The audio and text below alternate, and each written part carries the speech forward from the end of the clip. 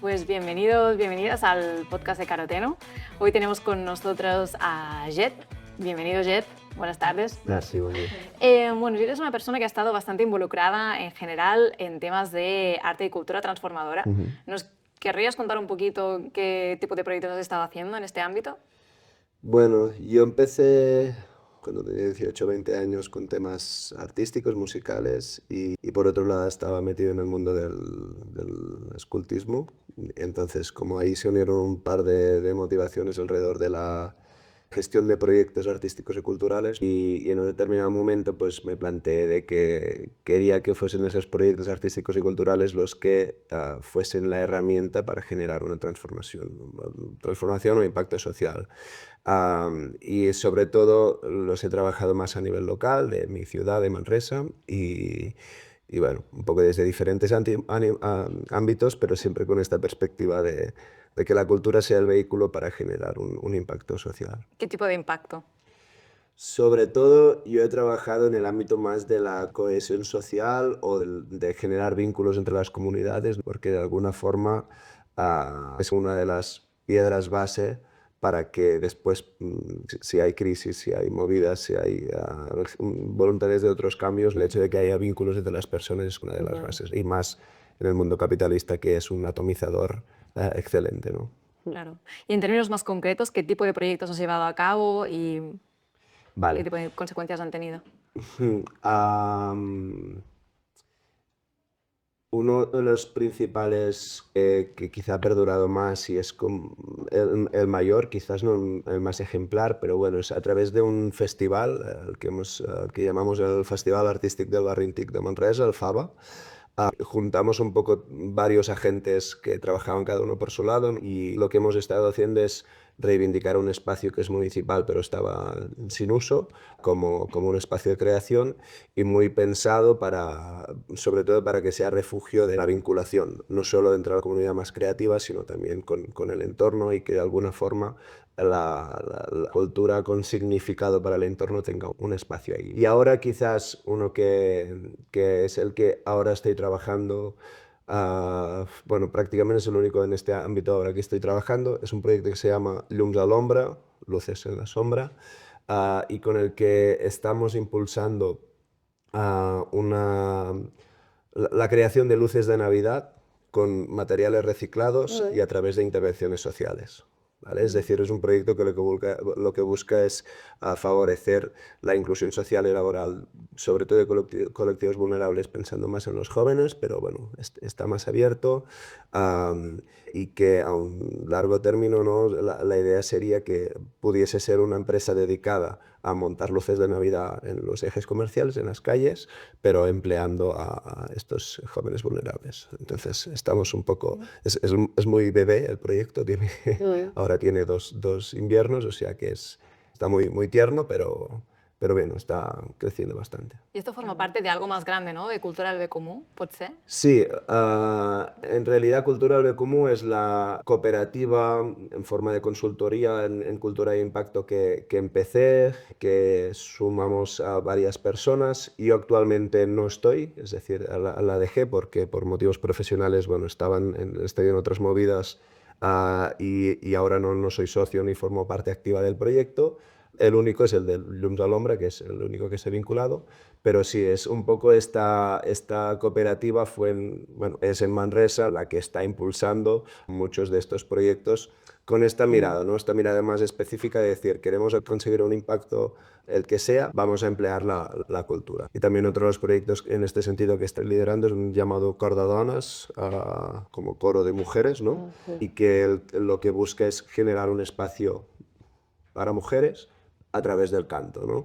Pero del canto que, si me oyen, coincidirán conmigo que no es que cante muy bien, no pasa nada, ¿no? Lo importante es que sea un método de expresión, ¿no? Y que además esto, trabajar el cuerpo y en situaciones también de cuando ha habido situaciones de violencia, etcétera, etcétera, ¿no? El uso del cuerpo también es una herramienta muy potente. Vale, qué interesante. Bueno, y aparte de esto, tienes tu propio proyecto musical artístico, ¿no? Es parte de Josep y María Ribot. Exactamente, sí, sí. Bueno, ¿nos quieres así en como súper sintético en qué Bueno, consiste Josep y María Ribot? sí, Josep y María Ribot es en el fondo, en la apariencia yo diría que es un grupo de música, ¿no? O un dúo, somos María Ribot y yo esencialmente, pero la verdad es que sí que ha sido un poco un proyecto que a lo largo de los años hemos ido como colectivizando y hemos entendido de que nosotros damos un poco la cara. Esta música es como una música muy, bueno, intimista, ¿no? De proximidad, pero que la verdad es que una de estas intenciones que hemos tenido siempre en el proyecto es que sea un vehículo de realización creativa y personal de la gente que participa, ¿no? Ya que el sector de la cultura es muy difícil que tenga unos estándares de dignidad laboral, de lo que se cobra y lo que se puede tirar adelante, pues al menos garantizar o trabajar para que el camino personal y humano que hagamos sea potente. Súper. En este ámbito de la gestión, ¿no? Sobre todo de proyectos culturales con vocación de transformación, ¿cuál ha sido tu experiencia más, no sé, graciosa, embarazosa? Alguna anecdotilla así de gajes del oficio, ¿no? Bueno, no sé, eso daría por sí mismo para un podcast entero, el cruce este de transformación y cultura, ¿no? Yo puedo contar una anécdota de un proyecto que fue un poco uno de los que empecé y que quedó parado, pero que yo creo que va a tener continuidad en el futuro, que fue un festival que se llamaba Música Muerta, y que fue bastante chocante, pero el hecho que queríamos trabajar era la naturalización de la muerte, ¿no? Es decir, que la muerte no sea un tabú, sino de que forme parte de nuestra vida y por lo tanto pues lo naturalicemos bueno, en nuestro día a día, ¿no? Y ahí trabajamos situaciones de duelo, bueno, varios enfoques, ¿no? A través del arte. Fue como muy sonado en su momento porque la campaña de marketing con la que salimos fue la de sortear un ataúd. Es decir, todo el mundo que seguía el Instagram, que partimos de cero, ¿no? Pues podía ganar el ataúd. Claro, fue muy sonado en Manresa, bueno, es una ciudad mediana, ¿no? Pero claro, y los periódicos locales pues se hicieron bueno, hubo mucha pelea. Y de alguna forma también fue curioso, porque después lo trabajamos con algunos grupos que acompañan a gente que ha vivido pérdidas potentes y les parecía una aberración, ¿no? ¿Les pareció mal? Sí, sí, sí. Pero, ¿en qué De, una, sentido? de frialdad, ¿no? Un poco. Es que justo como de quitar ese tabú o esa importancia extrema o esa mitificación es eso, poder hacer broma y... Sí, Os han sí, hecho sí, yo, pero claro, aquí yo es un poco como lo que extraje, ¿no? Es decir, desde una contracultura o desde un planteamiento así puede ser muy subversivo, muy interesante, pero quizá estás intentando para alguna gente, ¿no? Pues como es muy chocante, ¿no? Incluso de los que lo tienen más cercano, ¿no? Entonces también fue un aprendizaje de ver de que, bueno, de lo que parecen ideas geniales y no son Claro. para todos los públicos, No, ¿no? y poder herir sensibilidades, ¿no? Es Sí, fácil que eso pase. Sí, sí, exactamente. total. En función de en qué momento, si la gente está más blandita o menos con su tema, es Exacto, más sí, sí, fácil, sí. sí, ofender a la peña. Bueno, muy bien. Entonces, Jet, vamos a pasar a la pregunta peaje del podcast, ¿vale? Vale. Todas las personas que pasan por este podcast tienen que responder a esta pregunta, que es, ¿cuánto dinero has dado a organizaciones sin ánimo de lucro, Vale. ONGs, proyectos en el último año? En el último año, yo creo alrededor de 100 euros. ¿Y a quién? A Omnium y a Casa Terra. Vale, Casa Terra es... Es una organización, creo que parecido más o menos a lo que hacéis, que trabaja con ONGs que tienen un impacto en el sitio local, pero trabajan con dos actualmente. Una en Nepal y otra en... ¿Esto es lo del algueo, Sí, puede ser? exacto. Sí, sí, sí, Vale. sí. Ah. Y creo que dos algo más, pero es como que no soy muy sistemático. Bueno, en ONGs quizás son las recurrentes que doy son esas dos. Bueno, ONGs, organizaciones no lucrativas, ¿eh? Porque Omnium ONG, bueno, lo que tenemos en Sí. el imaginario ONG no es. ¿Y por qué crees que no has dado más? ¿O qué ha sido lo que más te frena o te impide? Yo ahora creo que en el pasado he dado más, así en general, ¿eh? Ahora creo que estoy como en una época un poco personal, ¿eh? Como Ah, más aislada en general, entonces estoy como poco conectado con el exterior, eso claro. hace que también me vendan menos porque estoy más menos conectado, ¿no? Ajá. Pero, Pero creo que ahora mismo es básicamente por eso. Creo que antes que ganaba menos daba más. Eso también es curioso. O sea que también yo creo que forma un poco parte del ciclo vital en el que estoy ahora. Pero... Y después hay un tema divertido que eso quizá lo hablaremos después, ¿no? Pero que una de las cuestiones por las que no se da es porque no se pide, ¿no? Es como una de las principales causas por las que la gente no da dinero, que es que no se le ha pedido, ¿no? Entonces esta A vez ver, también pasa, ¿no? eso, o sea, es relativo, ¿no? Es interesante como lo piensas, porque al fin y al cabo hay un montón de gente pidiéndolo de todas las formas que pueden, solo que están lejos o que hay intermediarios. Sí, sí. Bueno, pero Pero... quizá no te llega, Claro, ¿no? Claro. no te han interpelado Sí, sí, directamente en exacto, plan, da dinero exacto, para sí, sí. esto, ¿no? Vale, sí, sí, Pero sí, que ahora entiendo. si en la... Ahora no sé qué año es, pero hay estudios de que en España una de las principales causas por las que la gente no da es porque no se le ha pedido, ¿no? Es decir, porque no ha ido alguien a decir, ¿quieres dar dinero a esto? No se han encontrado con un captador de donantes por la calle, ¿no? Vale.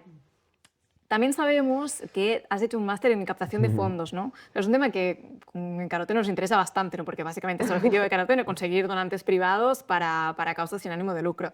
¿Tienes algún dato curioso, algún consejo así que podrías tirar respecto a esto, teniendo la formación que tienes? Bueno, yo creo que esta es una, la de esto que acabamos de decir, ¿no? De interpelar a la gente. Que la principal causa es que no se ha pedido, ¿no? No es no tengo dinero, no es, no sé, ¿no?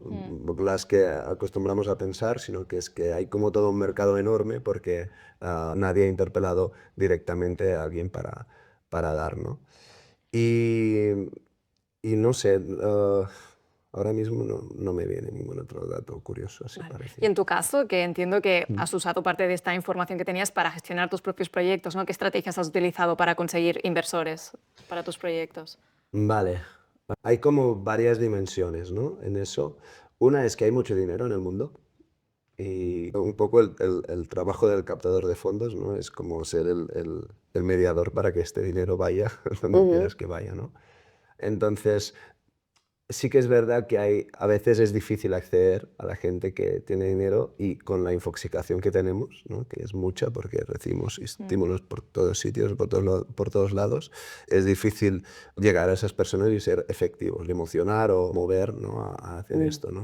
O sea que al final es como, en términos de marketing, que al final es muy marketingiano porque cuando captas fondos estás haciendo una venta, pero en lugar de venderte te dan un dinero, ¿no? Pero es que es muy marketingiano, ¿no?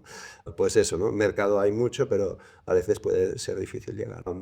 Yo he trabajado, digamos, como, por ejemplo, en el proyecto musical he trabajado mucho con micromecenazgo, con crowdfunding, con números muy buenos, es decir, hemos conseguido 13.000 euros para un disco, digamos, que eso en el mercado catalán, digamos, por un proyecto como el nuestro, las dimensiones de público que tenemos, demuestra mucha fidelidad del público y por lo tanto hicimos tres, sí creo que fueron tres, los dos últimos eso, con 13.000 euros. Entonces, por ejemplo, micromecenazgo es una vía. Creo que ahora ha perdido un poco de prestigio porque también mucha gente lo ha aprovechado y no ha cumplido con sus... no, porque al final es un quid pro quo, tú me das y yo te Claro. recompenso de alguna forma, ¿no? Y después está todo el mundo de la donación, digamos, más desinteresada. Eso lo hemos trabajado, por ejemplo, también con una fundación teatral en Manresa y obtuvimos muy buenos resultados simplemente haciendo campañas de llamar al rollo maratón de TV3, ¿no? El rollo de quedar un día y ponernos a llamar a gente para donar, ¿no? Y teniendo una ¿A gente plataforma. aleatoria o a gente concreta No, al o a final, eso, empresas? ¿A quién? o sea, cuando trabajamos con pocos recursos de captación, ¿no? Es decir, que no tenemos un super presupuesto para empezar a captar a lo loco, ¿no?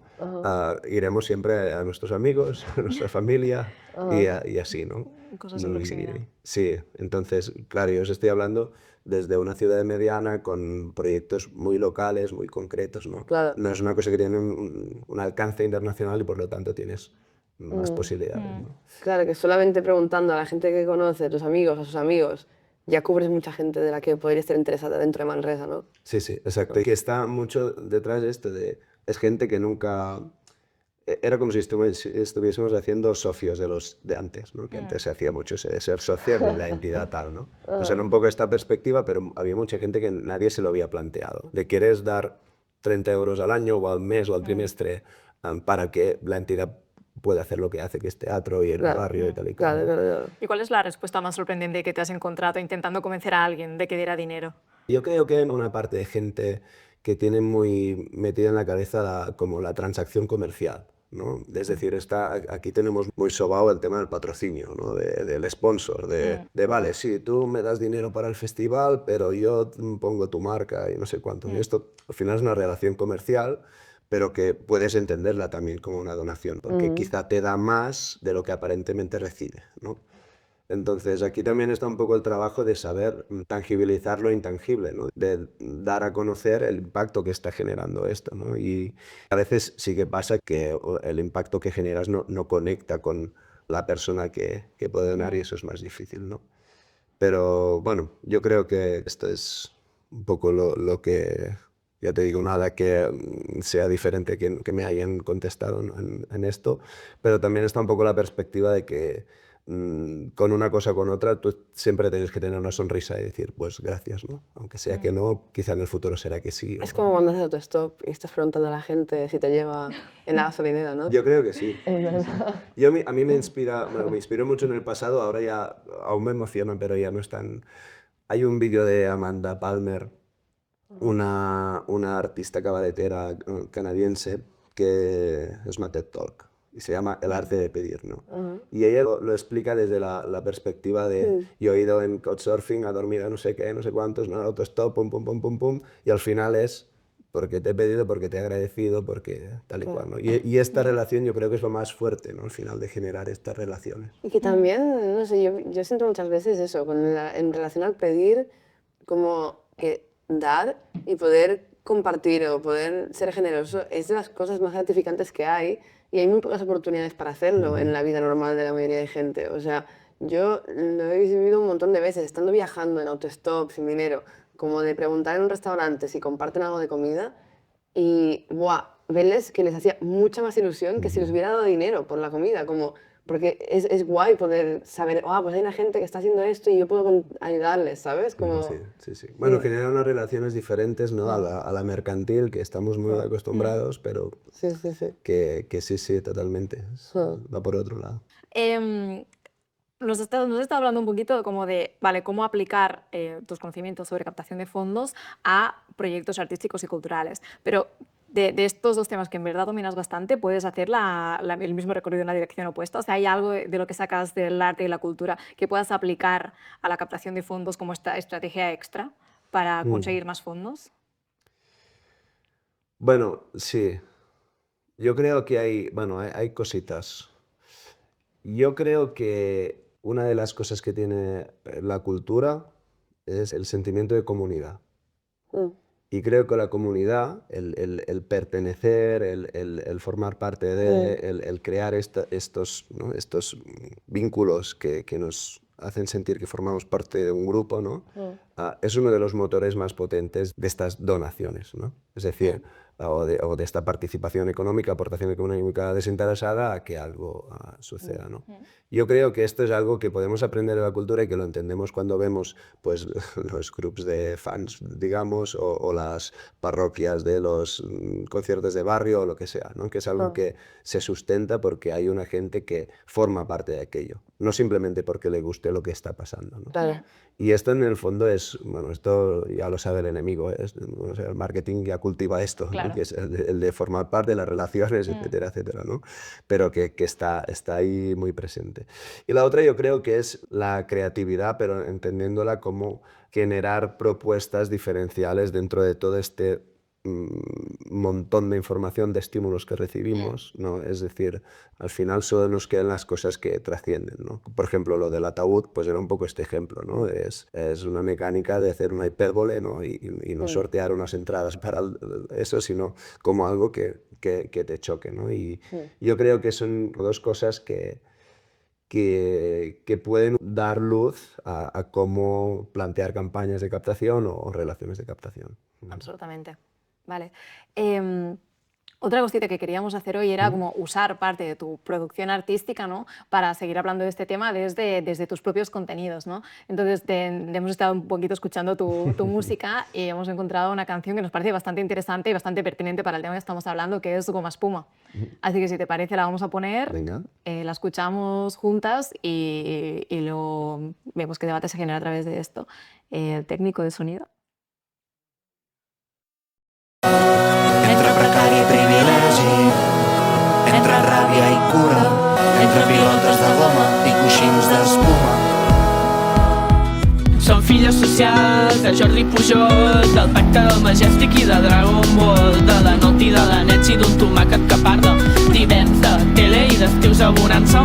Som filles socials del 92, del Fòrum dels Plets i de la Reina de Pop, que no a la guerra i el terror ni la vista de dissabtes al Prica i diumenges a l'I. Entre creure en l'estat i desitjar la mort dels Mossos, de fitxar totes les manis demanant quina hora acaba, entre la foto de família que s'eixampla i no voler ser mare. Entre precari i privilegi, entre la ràbia i la cura, entre pilotes de goma i coixins d'espuma. Entre precari i privilegi, entre ràbia i cura, entre pilotes de goma i coixins d'espuma.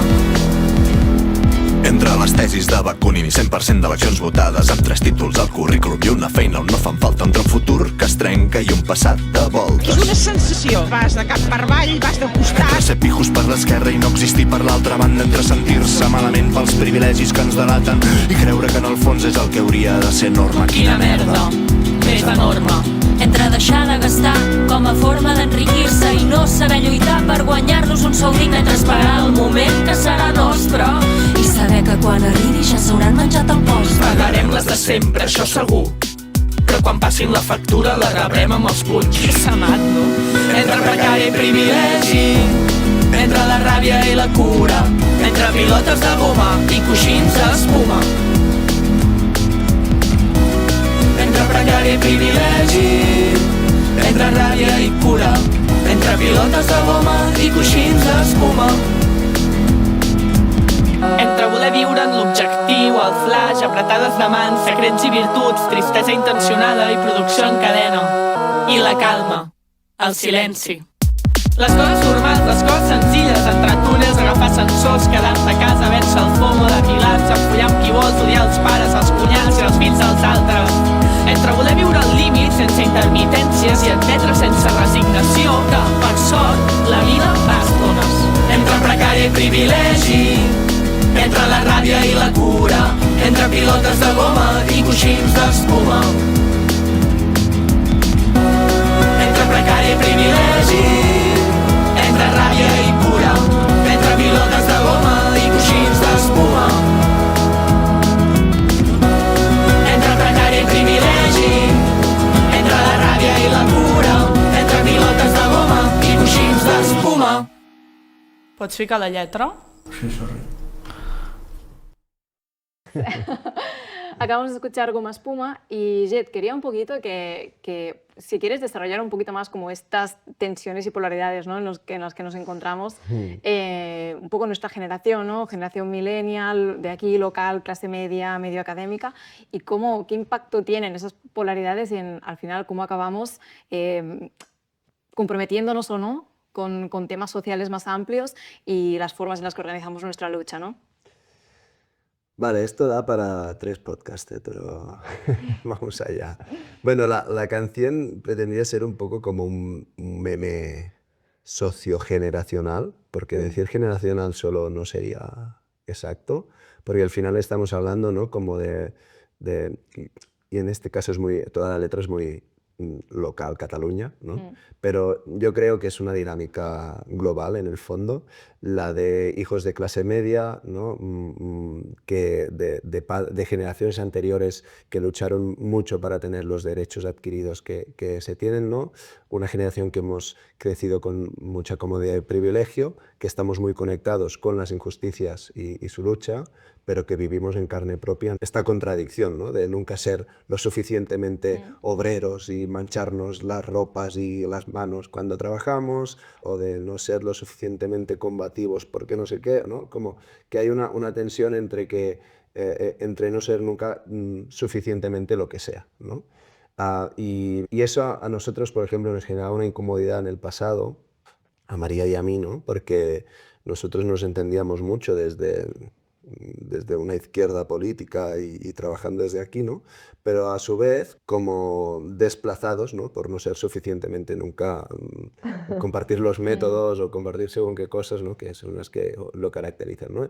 Y lo vivimos bastante mal hasta que descubrimos que nuestra opción pues era una opción que existía, ¿no? Y sobre todo desde este punto que antes decía, ¿no? También ahora estoy como en una época personal que estoy como un poco desafecto, no sé si esta palabra existe o no, pero como que he perdido un poco la ilusión por algunas cosas, porque antes había esta cosa como había un lema durante el COVID, por ejemplo, ¿no? Que decía, no pagaremos las de siempre.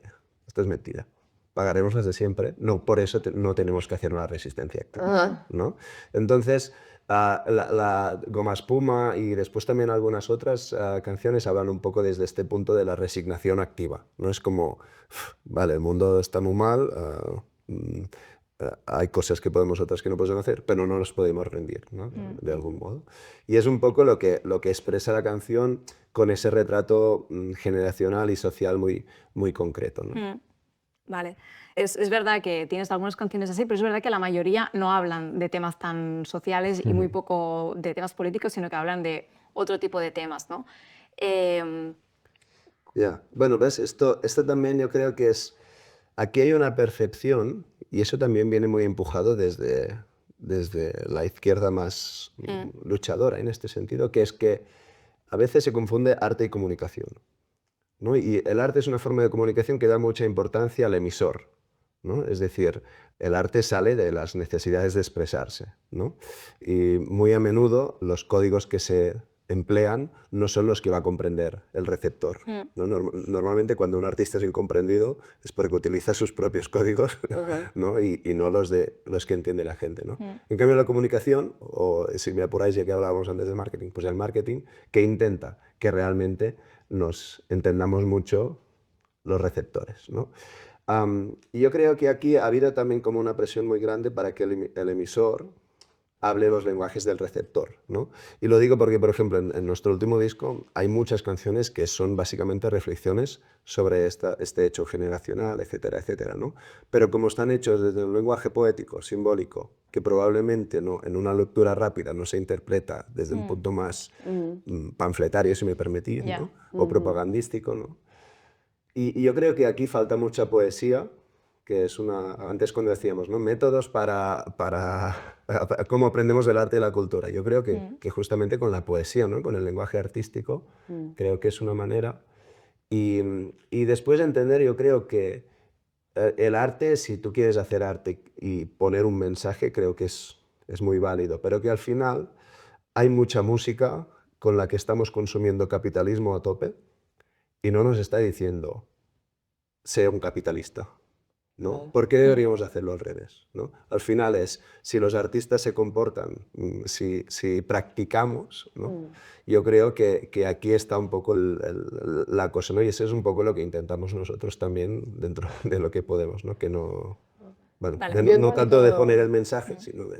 Yo, o sea, en cuanto a esto, claro, sí que entiendo el punto de por qué habría que hacerlo más explícito, pero yo también había pensado en esto, ¿no? Como de escribir libros y así, y sí que pienso que, claro, la cultura predominante, capitalista, individualista, como que en verdad se autorrefuerza y se autorreplica sin necesidad de mensajes explícitos ni de adoctrinar de forma explícita, porque al final pues está en todas partes, ¿no? Sí, En los patrones de comportamiento, en los juicios.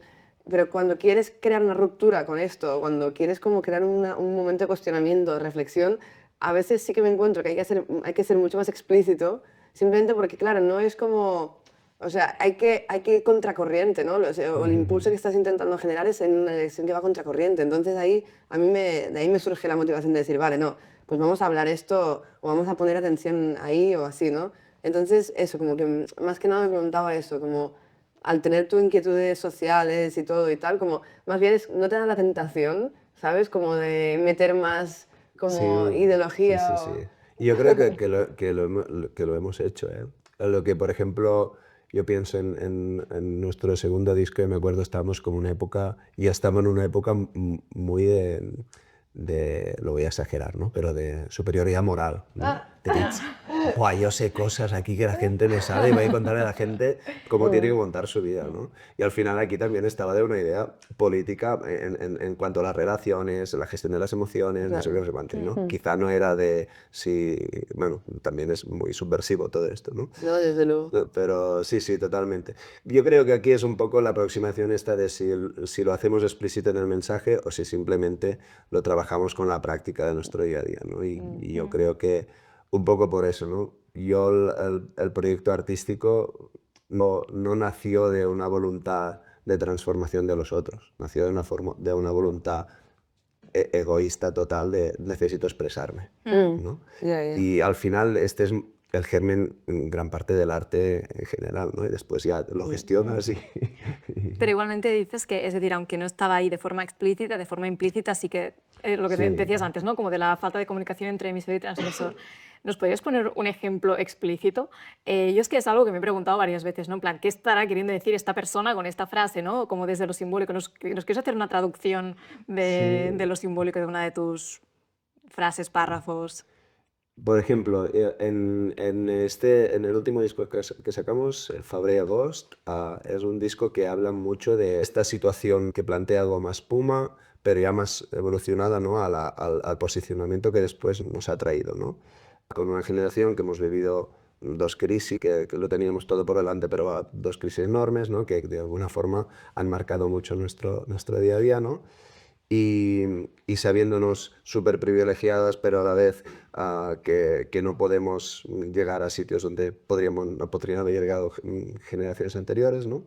Y hay, por ejemplo, una canción que se llama Trivial, ¿vale? En el disco, que dice vivim contents sota les rodes d'aquest tren, ¿no? Vivimos contentos debajo de las ruedas de este tren, ¿no?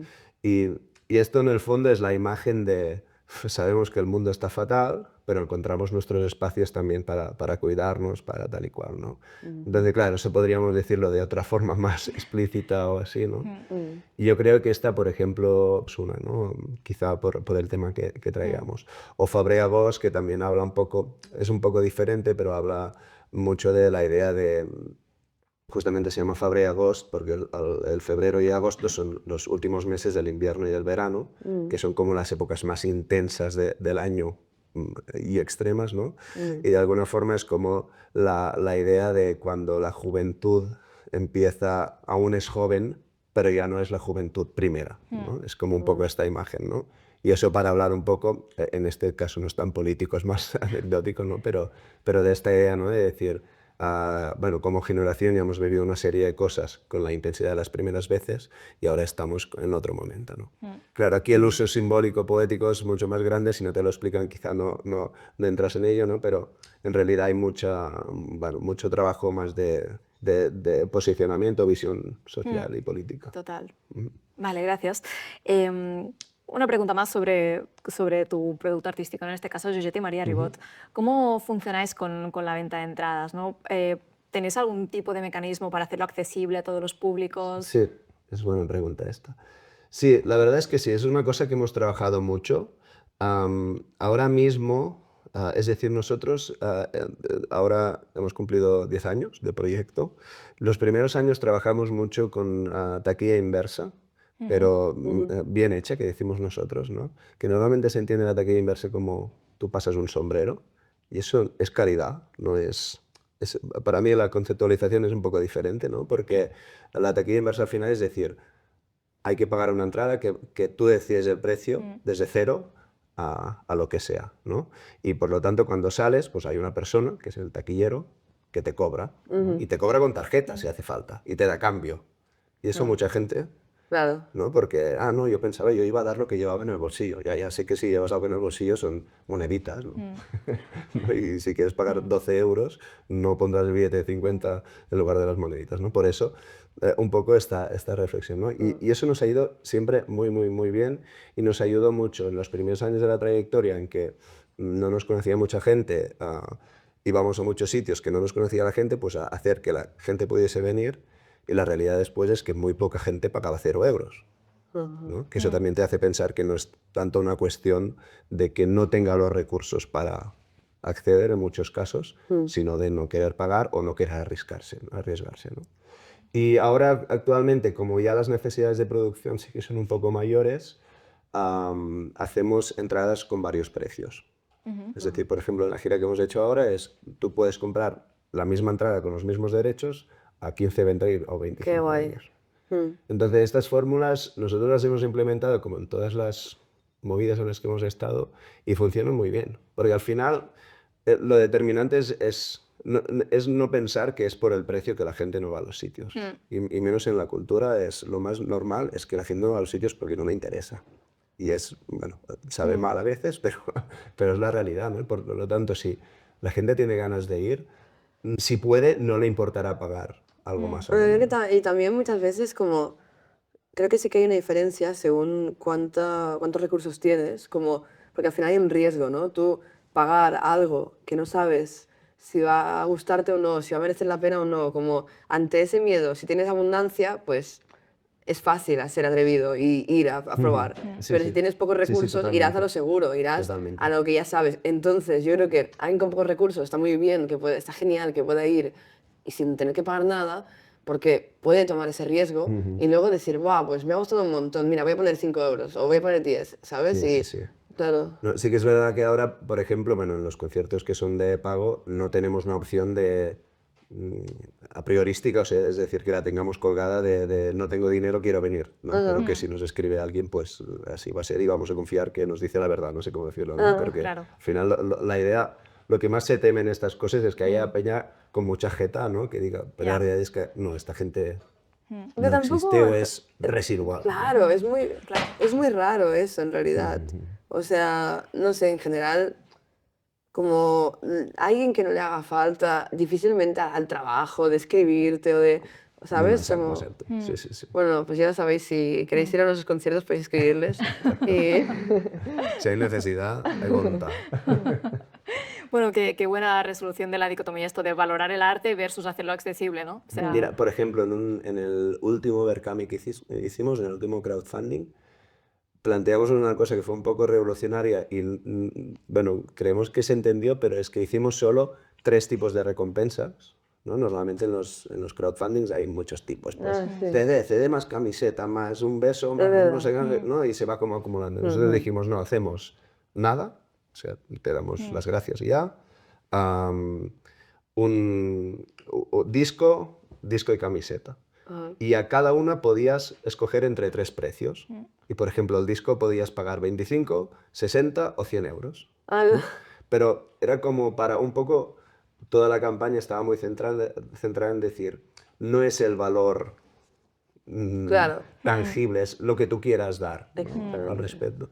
Y bueno, creo que se entendió y que nos salió bastante bien, pero era también como muy difícil de comunicar, porque esta idea de que el valor no está relacionado con el precio. Pero es genial, en verdad, porque como que sacar a la gente de esta cuadrícula mental, ¿no? De, vale, todo es una transacción de Exacto. mercado. Sí, sí. total. Es activismo en parte, porque Sí, sí, o sea, y- como que alguien podía haber pagado menos por la camiseta y el CD que otra persona por el CD. Sí, sí, Eso es sí. maravilloso. Y con lo importante aquí también es como, bueno, yo creo que tenemos un público que nos hemos ido relacionando alrededor de esto y se ha ido entendiendo, ¿no? Pero también hay una cosa muy importante, que es entender que no por pagar menos o no poder pagar no tiene valor que tú estés o pagues, ¿no? Y eso es también como una cosa que tenemos muy dentro, la culpa de ay, no puedo pagar, no. O la gente que dice, bueno, yo, si son 15 o 20 euros, bueno, yo pagaré 15, pues está perfecto. O sea, ¿no? Es como también desculpabilizar esa cosa de que no por pagar más era... No, es una cuestión de... El otro día me lo contaban, ¿no? Que me parece que es en Suiza, que las multas de tráfico van según tu renta. Es que tiene sentido. Total, ¿no? todo el sentido, total. Que al final es... y yo no puedo decir el valor que tiene para tú este euro, ¿no? Porque para mí quizás es 1 euro, pero para ti son 5 o medio, ¿no? Sí, sí, sí. Sí.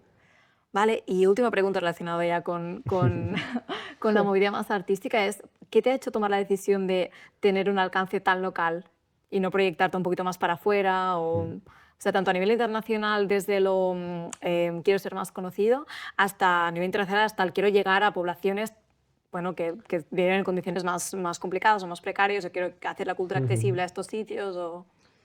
Yo creo que aquí hay, o sea, en la dimensión más cultural, es decir, más de gestión cultural, de planteamiento de proyectos, yo creo que bueno, al menos en mi entorno y nuestro entorno, somos gente muy enraizada, no sé si es la palabra, Sí. ¿sí? Como localmente, y entonces, aunque pensamos el rollo del global actúa, piensa global, actúa local, pues bueno, somos un poco noventeros en este sentido, pensamos en que hay unas dinámicas globales y que las trasladamos a nuestro ámbito local, ¿no? Y yo creo que sí que hay una cosa que es como, nos cuesta empezar por otro sitio que no sea en nuestra casa. No quiere decir, por ejemplo, Llums a l'Ombra, el proyecto que os he comentado de Luces de Navidad, en realidad está pensado de una forma que en todos los sitios donde haya Navidad, a colectivos vulnerables y materiales para reciclar, Es replicable. es replicable. Claro. ¿no? Es decir, que ya está pensado de esta forma. Y en la parte artística yo creo que ha jugado de saque pues que hablamos una lengua y cantamos una lengua que es el catalán, porque es la que nosotros nos expresamos como queremos y sabemos, ¿no? Y claro, esto aparentemente o de entrada, ¿no? Pues te limita más, ¿no? Pero es más esta cuestión, ¿no?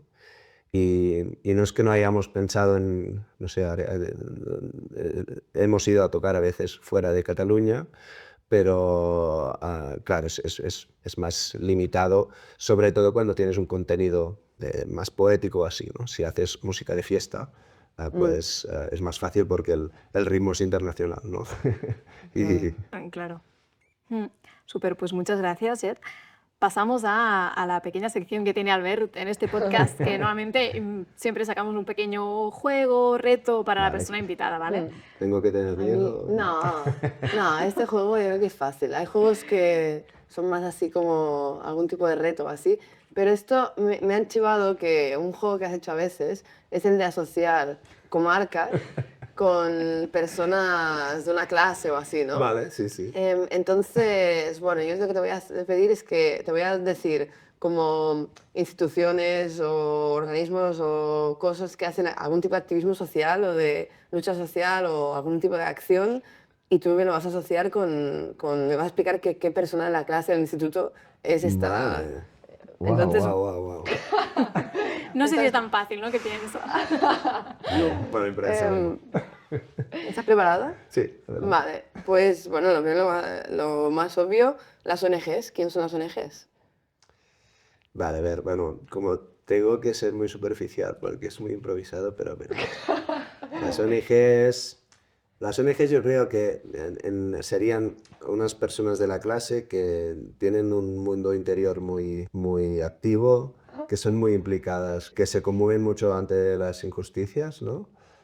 Creo que también hay diferentes ONGs dentro de la clase, pero hay una ONG que es muy clara, que es la que tiene buena relación con los oprimidos de la clase, digamos, pero también con los bullies, ¿no? Y como que puede mediar entre ellas y puede... Claro. Estás dando una clase de tercero de la ESO, una cosa así. Sí, por ejemplo. Como instituto, ¿no? sí, esa persona Sí, perdón. que es popular o no es impopular, pero que tiende la mano... Sí, que está un poco, ¿no? Que puede jugar a dos lados y que como es muy sensible a las injusticias y por lo tanto también puede ir a los otros y decir, mira, que está pasando esto, tal, y, ¿no? Y Como mediadora, Sí. ayudadora. Vale. y Muy después bien. yo creo que hay el perfil ONG también dentro de la clase que es como más sentido, ¿no? Que ha sentido más la injusticia propia. Vale, el Estado. Vale, yo el Estado creo que lo tengo claro. Acostumbra a ser una persona de la clase que es muy lista, pero no se emplea demasiado. Es decir, no es una persona que saca buenas notas de estudiar, es porque tiene facilidad. Y a su vez es una persona que hace el gamberro, que se mete con otras personas, pero no lo pillan nunca porque brilla por sus buenas notas, ¿no? Entonces es como Wow. esta persona que está allá y que... No esperaba que dijera eso el Estado, ¿eh? Pensaba, a lo mejor dice el profesor, pero esto es No, interesante. entre nosotros el Estado, sí. Claro. Vale, luego te diría como el mundo así más antisistema, yo qué sé, pues desde un centro social ocupado, cosas como toda esa sección así en la sociedad como... Más punky. Ajá. Vale.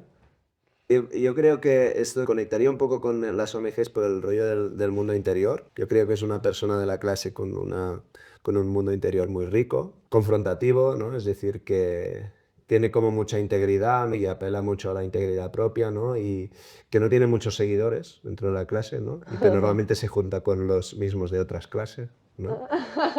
Yo lo veo un poco esta persona. Vale, la iglesia. ¡Guau, la iglesia!